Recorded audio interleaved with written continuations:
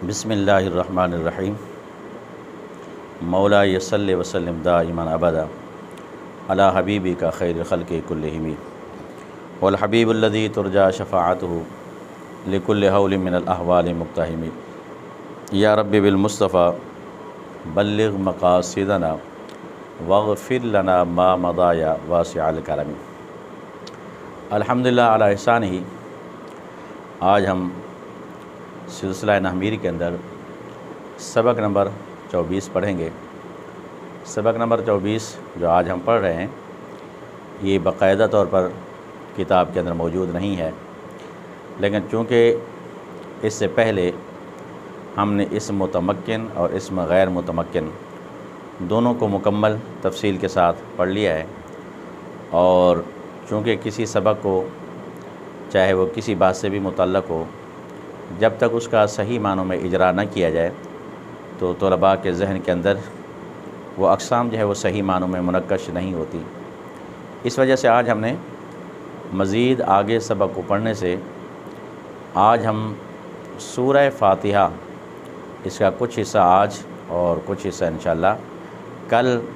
اس کو لکھ کر میں نے اس کا آج ہم اجرا کرتے ہیں، کیونکہ اس سے پہلے ہم پڑھ چکے ہیں اسم غیر متمکن کی 8 قسمیں ہیں، اور اگر کوئی کلمہ اسم غیر متمکن ہوگا تو ان کی 8 قسموں میں سے کسی ایک اسم کی نشاندہی کریں گے، اور اگر اسم متمکن ہے تو اس متمکن کی جو 16 قسمیں ہیں ان 16 قسموں میں سے ہر ایک کا ایک ایک قسم کے اندر اجرا بھی کریں گے، اور اس قسم کے بارے میں بیان بھی کریں گے کہ یہ اسم متمکن کی کون سی قسم ہے اور اس قسم کا اعراب کیا آتا ہے اور اس مقام پر اس کا اعراب کیا ہے۔ یہ 3 باتیں جاننا ضروری ہے اسم متمکن کے حوالے سے۔ اسم غیر متمکن کے لیے یہ جاننا ضروری ہے کہ اسم غیر متمکن چونکہ وہ اسم ہوتا ہے جو مبنی الاصل کے ساتھ مشابہت رکھتا ہے، تو ہم نے یہ دیکھنا ہے کہ اسم غیر متمکن کی یہ کون سی قسم ہے اور مبنی الاصل میں سے اس کو کس کے ساتھ مشابہت ہے، اور وجہ تشبیہ بھی ہم ساتھ بیان کریں گے۔ اور اسی طریقے سے اسم متمکن جو ہے یہ بیان کریں گے کہ اس کلمے کے اندر اسم متمکن کی کون سی قسم ہے، جو اسم متمکن کی پہلی قسم ہے یا دوسری، تیسری، چوتھی، اور پہلی یا دوسری، چوتھی جو بھی قسم یہاں پر موجود ہے تو اس قسم کا اعراب کیا ہوتا ہے، اور یہاں پر عبارت کے اندر اس اسم کا اعراب کیا بنتا ہے۔ تو آئیے آج ہم سورہ فاتحہ کے اندر اسم متمکن اور غیر متمکن کے حوالے سے مکمل تفسیر پڑھتے ہیں۔ سب سے پہلے سبق کو اجرا کرنے سے پہلے میں آپ کو یہ بتا دوں کہ جو کلمہ ہوتا ہے وہ 3 قسم پر ہوتا ہے۔ آپ کو پتہ ہے کوئی بھی کلمہ یا تو اسم ہوتا ہے یا فعل یا پھر حرف۔ اب سورہ فاتحہ کے اندر سب سے پہلے تو ہم نے یہ دیکھنا ہے کہ وہ کلمہ کوئی بھی کلمہ ہے۔ آج ہم سورہ فاتحہ پڑھیں گے انشاءاللہ تعالی، کل سورہ بقرہ یا سورہ فاتحہ کا کچھ حصہ بچ جائے گا اس کو بھی، اور سورہ بقرہ کے اندر بھی ہم اسی طریقے سے ایک مکمل رکوع کے اندر اجرا کریں گے۔ اجرا کے اندر ہم نے ہر ایک کلمے کے بارے میں یہ بتانا ہے یہ کلمہ اسم ہے یا فعل ہے یا حرف ہے۔ اگر وہ کلمہ اسم ہے تو ہم ساتھ ساتھ یہ بھی بیان کریں گے تو اس کے اندر اسم کی کون سی نشانی ہے یا کون سی علامت ہے۔ پھر اگر وہ کلمہ اسم ہے تو اسم چونکہ 2 قسم پر ہوتا ہے، ایک اسم متمکن ہے، دوسرا اسم غیر متمکن۔ پہلے ہم نے یہ دیکھنا ہے کہ یہ اسم متمکن ہے یا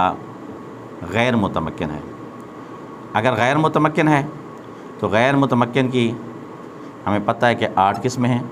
اور اسم متمکن کی 16 قسمیں ہیں۔ تو ہم اسم متمکن کی اگر وہ اسم پہلے تو یہ دیکھیں گے اسم ہے، اور اسم کے بعد جب دیکھیں گے اسم متمکن ہے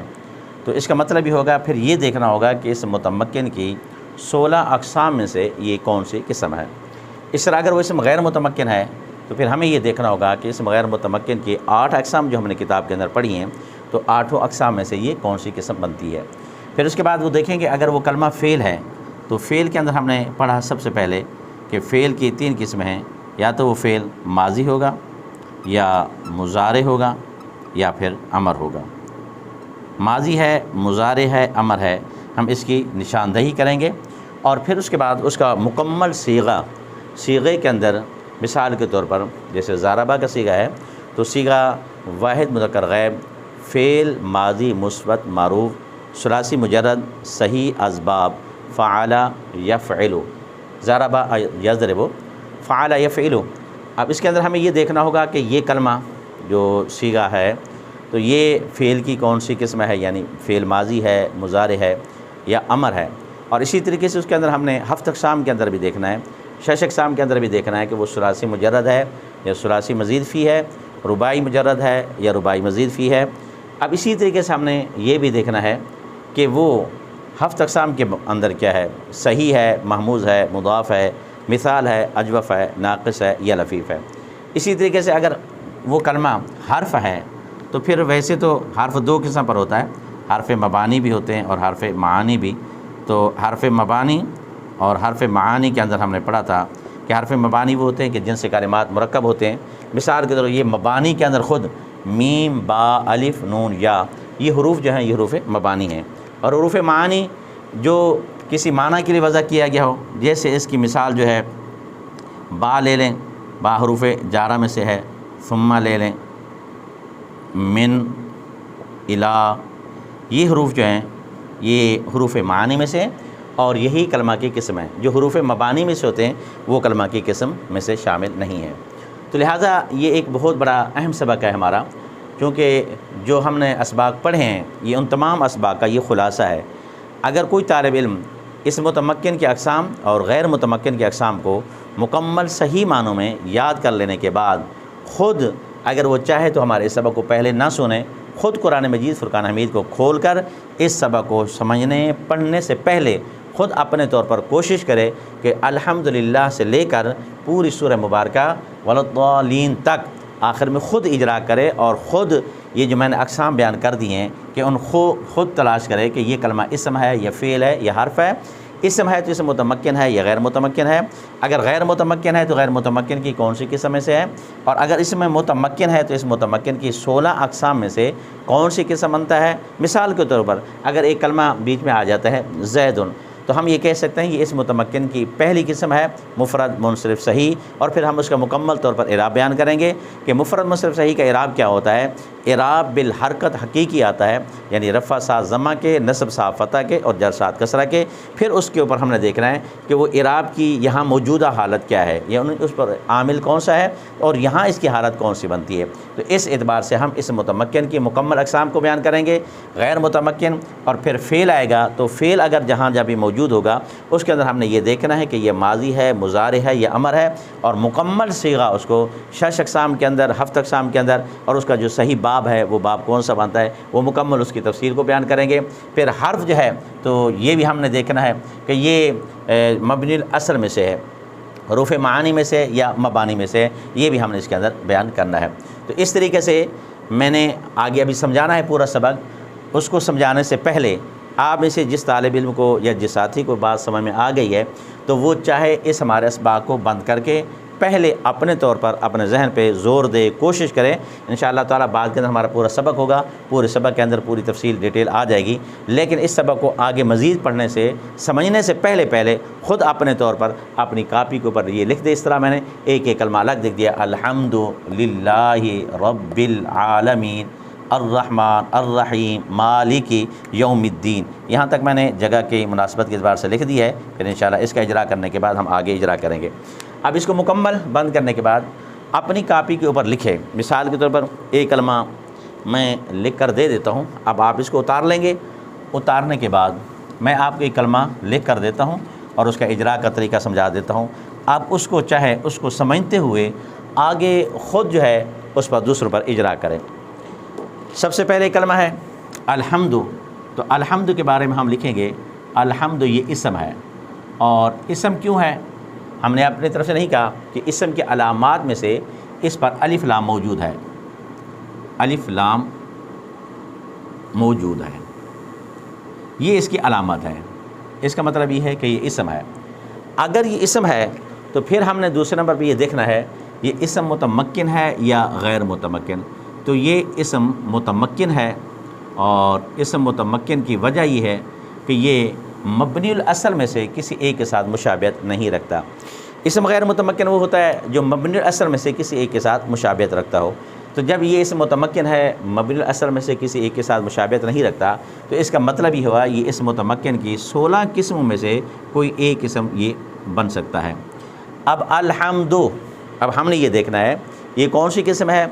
الحمد اس متمکن کی 16 اقسام کو جب دیکھیں گے، توجہ کریں گے، تو یہ ہمیں پہلی قسم نظر آئے گا کہ یہ پہلی قسم ہے۔ اور پہلی قسم کون سی ہوتی ہے؟ مفرد منصرف صحیح۔ یہ مفرد بھی ہے، منصرف بھی ہے، اور نحوی کے اعتبار سے یہ کلمہ صحیح بھی ہے۔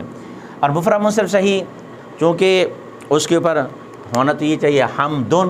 چونکہ الف لام آ گیا ہے، اور جس کلمے پر یہ الحمد اصل میں حمدن ہے، جس کلمے پر الف لام آ جاتا ہے تو اس پر تنوین جو ہوتی ہے وہ چلی جاتی ہے۔ اب اس پر تنوین داخل نہیں ہو سکتی، تو اس وجہ سے الف لام کی وجہ سے الحمد بن گیا ہے۔ باقی رہی الحمد یہاں پر مرفوع کیوں ہے؟ تو ہم نے بتایا کہ پہلے تو ہم نے یہ دیکھنا ہے کہ جب اس متمکن کی پہلی قسم ہے مفرد منصرف صحیح، تو اس کا مطلب ہے کہ الحمد جہاں پر بھی آئے گا مفرد منصرف صحیح ہوگا، اور مفرد منصرف صحیح کا اعراب یعنی اعراب الحرکت حقیقی آتا ہے، یعنی رفع ساتھ ضمہ کے، نصب ساتھ فتح کے، اور جر ساتھ کسرہ کے۔ اب یہاں پر دیکھنا ہے اس کو رفع کیوں ملا، تو ہم نے بتایا تھا کہ مرفوعات جو ہیں 8 ہیں، ان میں سے اگر کوئی اسم فاعل بن رہا ہو، مثال کے طور پر جیسے جاء زیدن، یہ جاء زیدن، یہ زیدن بھی پہلی قسم ہے اسم متمکن، اور یہ فاعل بننے کی وجہ سے یہ مرفوع ہے۔ اگر اسی طریقے سے اس جگہ پر ہم یوں لکھ دیں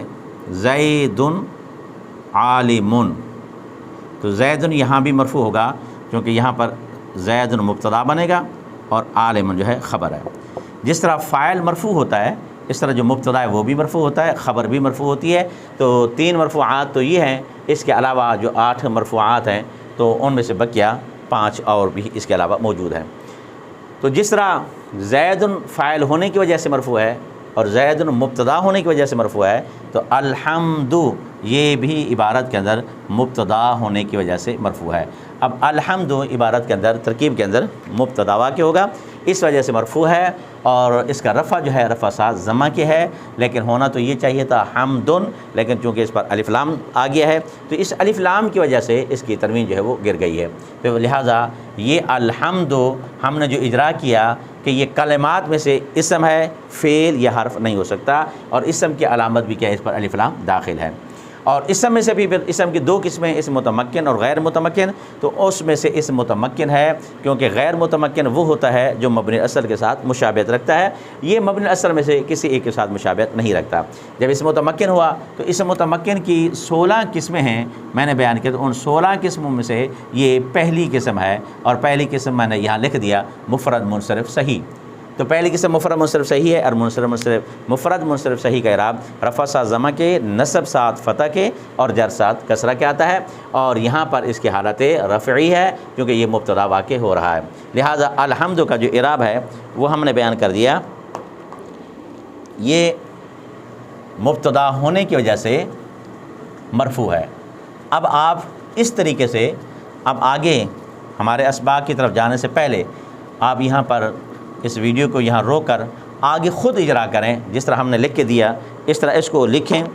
کہ للہ میں 2 کلمے ہیں، ایک ہے لام زیر لی اور ایک ہے لفظ اللہ، اور لام زیر لی لام حروف جارہ میں سے ہے، اور یہ کلمہ کی 3 قسموں میں سے حرف ہے اور حرف معانی میں سے ہے۔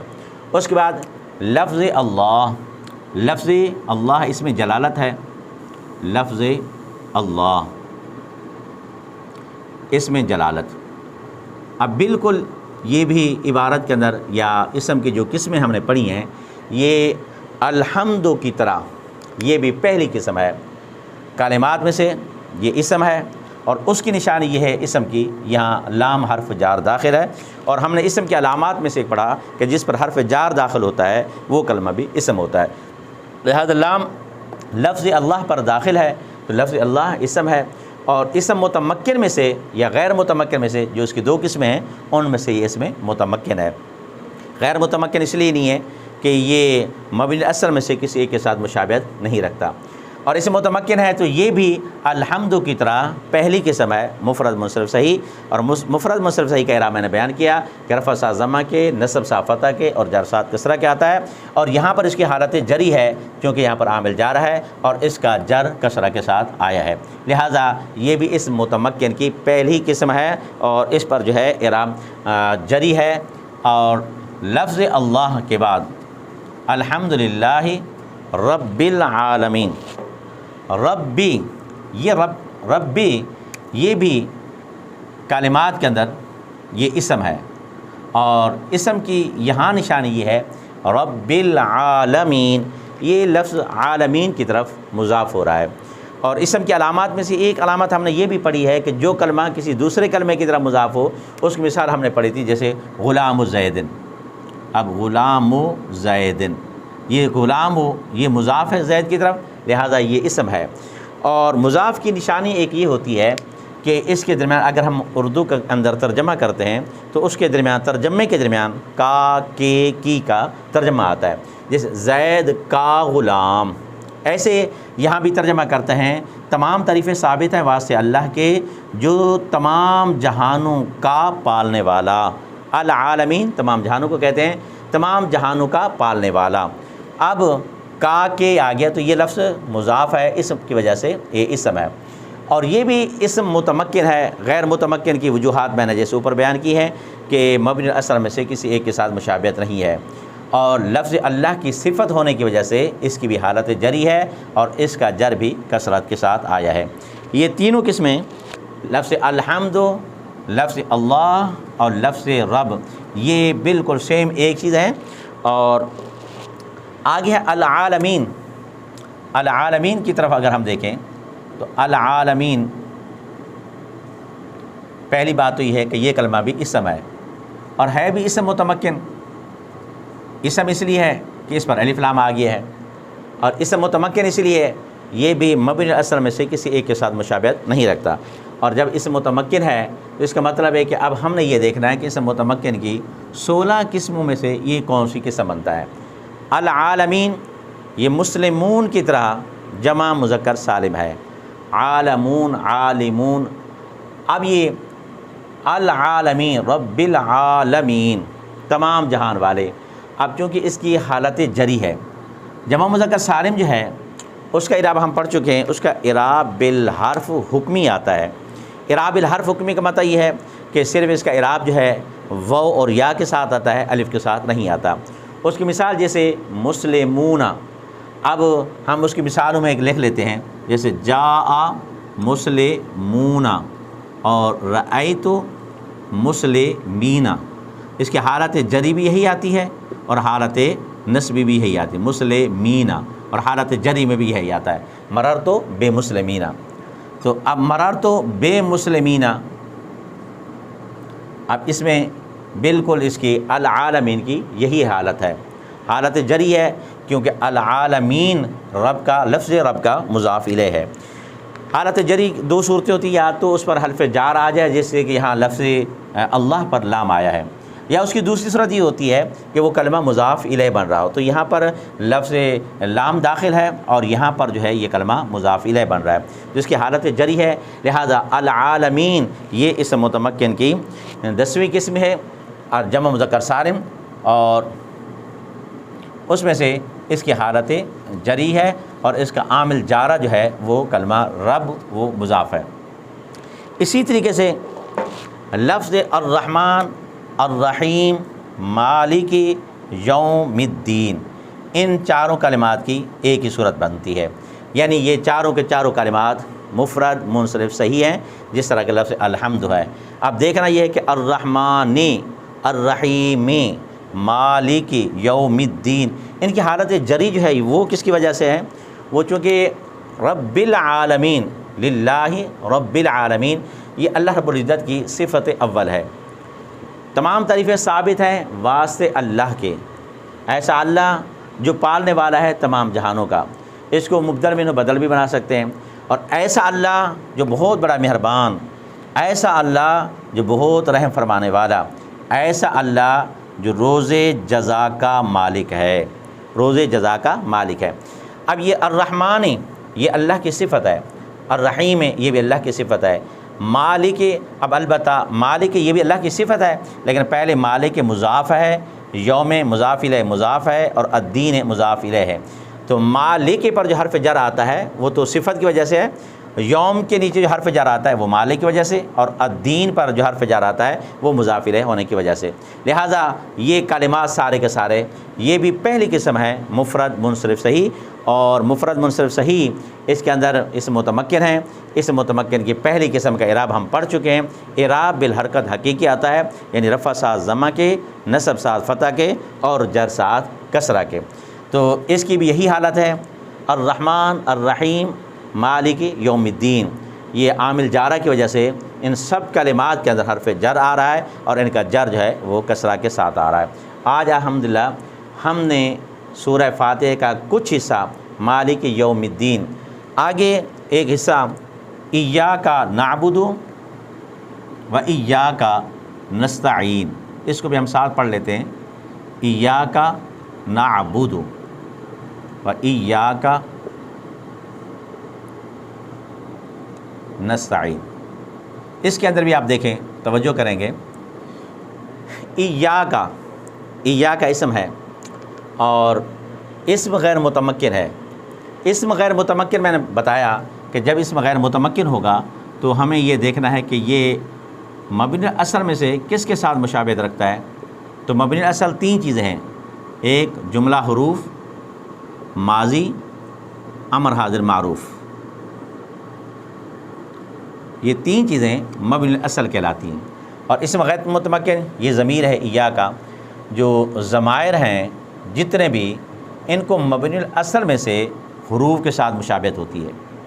حروف کے ساتھ کس بات میں مشابہت ہوتی ہے کہ جس طرح حرف اپنا معنی بتانے میں غیر کا محتاج ہوتا ہے، اس طرح ضمیر بھی اپنا معنی بتانے میں مرجع کی محتاج ہوتی ہے۔ اس وجہ سے ضمائر بھی اپنا معنی بتانے میں محتاج ہیں اور حروف بھی اپنا معنی بتانے میں محتاج ہیں، لہٰذا اسم غیر متمکن کو یہ مشابہت ہوگی جملہ حروف کے ساتھ، تو لہٰذا یہ اسم غیر متمکن ہے۔ اور اسم غیر متمکن جو ہوتا ہے وہ مبنی ہوتا ہے، اس کے اعراب کو آگے ہم جو اس کی حالت ہوتی ہے، مثلا ایاک تو یہ مبنی بر فتح ہے، بس اس کا اعراب چونکہ متمکن ہی ہے، اس کے تینوں اعراب ہم بیان نہیں کرتے۔ اس کے بعد نعبد یہ ہم نے بتایا کہ دیکھیں گے کلمہ اسم ہے یا فعل ہے یا حرف، تو یہ کلمہ فعل ہے، اور اس کے اندر علامت کیا ہے فعل کی، یہ کلمہ مسند ہے، فعل مسند ہونا بھی فعل کی علامت ہے۔ اور ہم نے بتایا کہ اگر وہ فعل ہوگا ہم نے یہ دیکھنا ہے کہ ماضی ہے، مضارع ہے یا امر ہے، تو یہ فعل مضارع ہے، اور فعل مضارع کی نشانی یہ ہے کہ علامات مضارع جو حروف عطین ہوتے ہیں ان میں سے حروف عطین ان میں سے نون شروع میں پایا جا رہا ہے۔ فعل مضارع ہے تو اس کا ہم صیغہ نکالیں گے، صیغہ جمع متکلم مع الغیر، فعل مضارع مثبت معروف ثلاثی مجرد صحیح اسباب فعل یفعل، صحیح ہے چونکہ اس کے اندر فاعلام کے مقابلے میں نہ حرف علت ہے، نہ حمزہ ہے، نہ تضعیف ہے، لہٰذا یہ کلمہ صحیح ہے۔ وَإِيَّاكَ نَسْتَعِينُ، وَإِيَّاكَ نَسْتَعِينُ،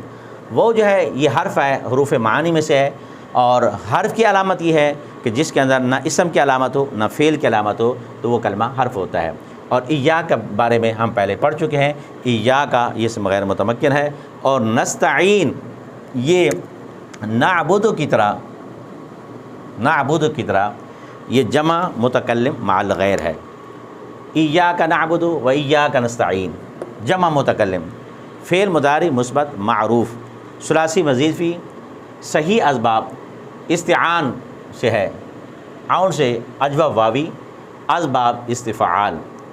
اور ایاک نعبد و ایاک نستعین کے بعد انشاءاللہ تعالی کل آگے حصہ ہم جو ہے اس کے اوپر ہم اس طرح اجرا کریں گے۔ آپ بھی اس طرح بقیہ حصے کا خود اجرا کریں انشاءاللہ تعالی، پھر ہم اجرا کریں گے، اس کے اندر ایک دوسرے کی اصلاح کرنے کا ہمیں موقع ملے گا۔ اللہ رب العزت ہم سب کو یہ پڑھنے اور پڑھانے کی توفیق عطا فرمائے۔